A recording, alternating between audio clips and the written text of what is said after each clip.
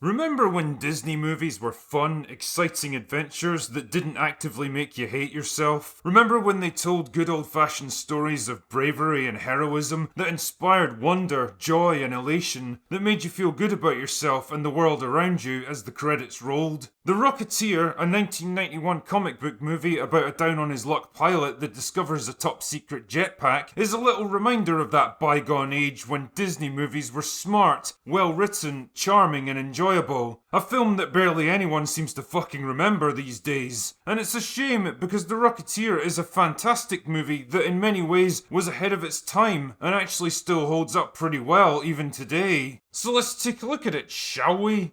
The movie begins in the heady days of 1938, with the dark clouds of war gathering over Europe. But out on a dusty airfield in the Californian hills, none of that seems to matter to the small group of engineers as they wheel their latest creation out onto the runway. I love this opening shot as the hangar doors part ways, the music swells, and the sunlight shines on the gleaming fuselage for the first time. It's basically aircraft porn, and I'm into it. But it really makes flying seem epic and wondrous again, and you can't help but marvel at the guys who strapped themselves into these crazy experimental planes, pushing the very limits of what was possible, and never quite sure if they were going to fall out of the sky. In this case, the pilot is our protagonist, Cliff Secord. Awesome name, by the way. Anyway, Cliff's a test pilot eking out a living doing crop dusting and airshow stunts, but he dreams of flying his new racing plane on the national stage, and today is the maiden flight. Everything seems to be going well until a group of mobsters on the run from the FBI end up accidentally destroying his plane. They seem to have stolen something valuable, and with the law closing in fast, they stash it inside a hangar before staging a diversion. But what the hell is this thing? Cliff and his engineer friend Peavy quickly figure out that it's a rocket pack designed to be worn by a man, allowing him to fly through the air without wings. A bit like some ancient steampunk version of Iron Man. Peavy wants to turn it over to the law, but Cliff persuades him to keep it so they can test the thing out. And when one of Cliff's friends gets into trouble during an airshow display, he's left with no choice but to strap the rocket pack on for the first time and launch himself into the sky. The press quickly get wind of the dramatic rescue and dub him the Rocketeer. But Cliff's unexpected stardom soon brings attention from unwanted sources. The FBI are still on the case, and so are the mob, both factions eager to recover the device for their own ends. And as we soon learn, the mob are just hired guns, reluctantly working for Hollywood star Neville Sinclair. But why is he so interested in a rocket pack? As the movie progresses, the stakes keep getting raised as all three factions gradually close in on Cliff and the Rockets. Sinclair dispatches his own personal enforcer, who looks like fucking Frankenstein's monster, to get answers in the most brutal fashion. He even resorts to kidnapping Cliff's girlfriend Jenny to force his hand. The story culminates in an epic action finale with mobsters and FBI agents fighting side by side against Nazi soldiers. And I'm talking the real kind here, not people that disagree with you on Twitter. There's giant airships, explosions,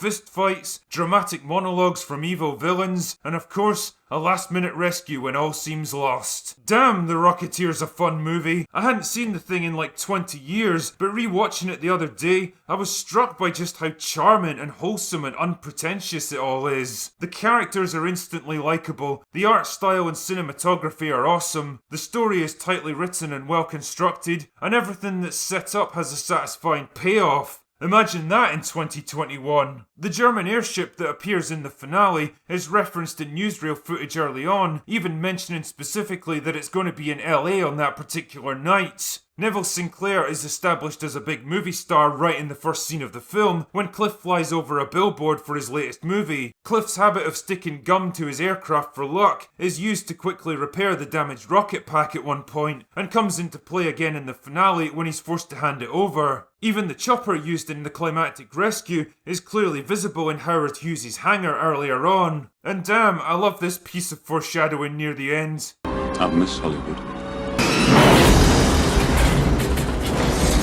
Remember when movies had clever little bits of writing like this that just made you go, ah, nice one, I see what you did there. I also love the little insights that we get into Sinclair's character, the way he uses lines from his own movies to try to seduce women, and vainly checks his appearance in a mirror while Jenny's out of the room. It kind of exposes him as superficially flashy and charming, but with very little actual personality or substance behind it. Kind of like most Hollywood stars then. Timothy Dalton's a fantastic actor, but I think he's at his best playing mustache-twirling villains like this. For that matter, everyone in this movie does a great job. Billy Campbell has just the right combination of square-jawed heroism and gee-whiz innocence to make Cliff a likeable and sympathetic hero, and I honestly don't know why he didn't go on to bigger things after this film. And as for Jennifer Connelly, damn, that woman's gorgeous, perfectly capturing the classic 1940s pin-up girl look. Seriously, why don't actresses look like this anymore? I mean, I know fashion changes over the years, but if you asked me right now to choose between this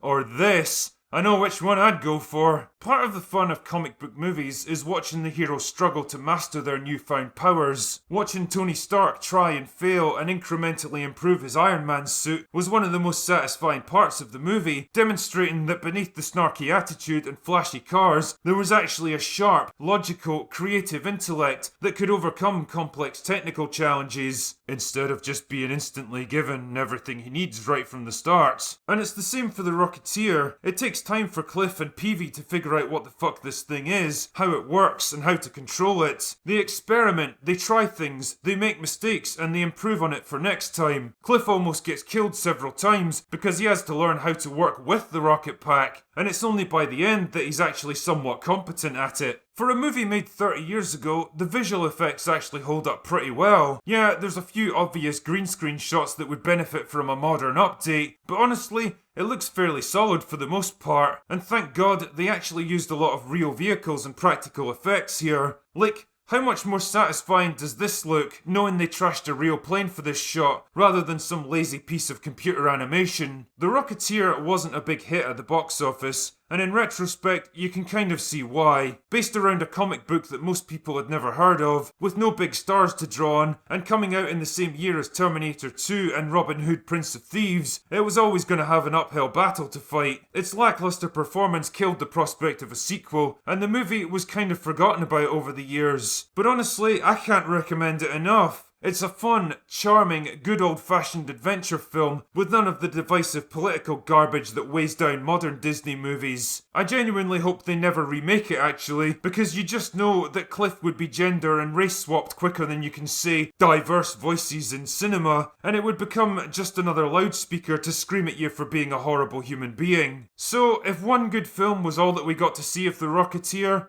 then I guess that's good enough for me. Anyway, that's all I've got for today. Go away now.